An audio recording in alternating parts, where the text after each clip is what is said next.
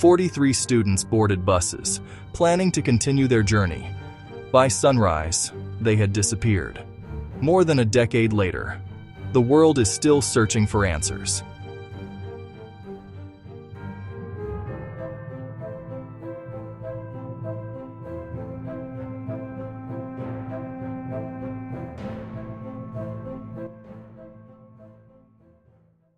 Ayotzinapa Rural Teachers College is known for training educators for Mexico's rural communities. Students here often come from working-class families, committed to teaching in underserved regions. Their goals were practical and hopeful: become teachers, support their families, and strengthen local schools.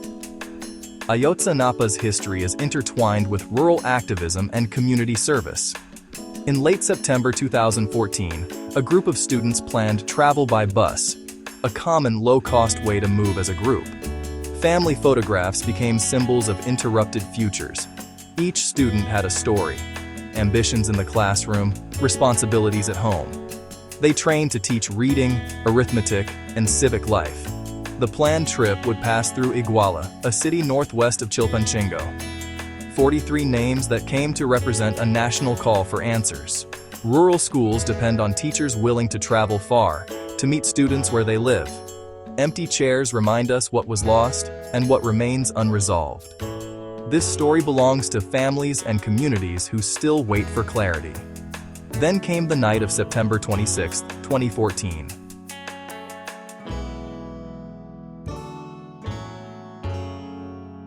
A trip that would change Mexico. What follows relies on verified public information from official investigations, court records, recognized human rights organizations, and reputable reporting. Students arrived in Iguala at night and boarded multiple buses. Buses moved along different routes through the city. Encounters occurred across several locations in and around Iguala. Events unfolded quickly within hours. Public records document police presence and confrontations at multiple points. Buses were stopped and the students were detained in various incidents. News coverage began within hours, reporting chaotic scenes. Injuries and emergency responses were recorded at specific sites. The night involved several buses, several city blocks, and overlapping responses. By dawn, 43 students from Ayotzinapa were unaccounted for. What happened that night became one of Mexico's biggest mysteries. The precise sequence of events remains a matter of record and dispute across sources. Only confirmed facts are presented here. With the students missing, immediate searches, alerts, and public outcry spread across Guerrero and beyond. Emergency responses and initial searches started in and around Iguala. Teams combed nearby fields, ravines, and roads. Terrain and weather complicated efforts. Families mobilized, organized, and demanded answers. Community volunteers joined searches and information sharing. Public displays kept attention focused on the missing students. Demonstrations emerged nationwide, drawing sustained coverage. Reputable media outlets followed developments closely. Aerial surveys and specialized teams expanded the search radius. Hotlines and tip lines collected leads. Information flowed from many sources and locations. Search activities extended to waterways and remote sites. As days became weeks, hope slowly turned into determination. The case resonated well beyond Guerrero. With searches ongoing, multiple investigations took shape, official and independent, each adding records, tests, and legal actions to the public archive. Mexican federal authorities presented an official account early in the case. That account drew national and international scrutiny.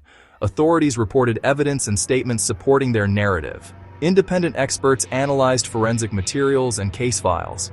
They identified inconsistencies and raised challenges to aspects of the official account.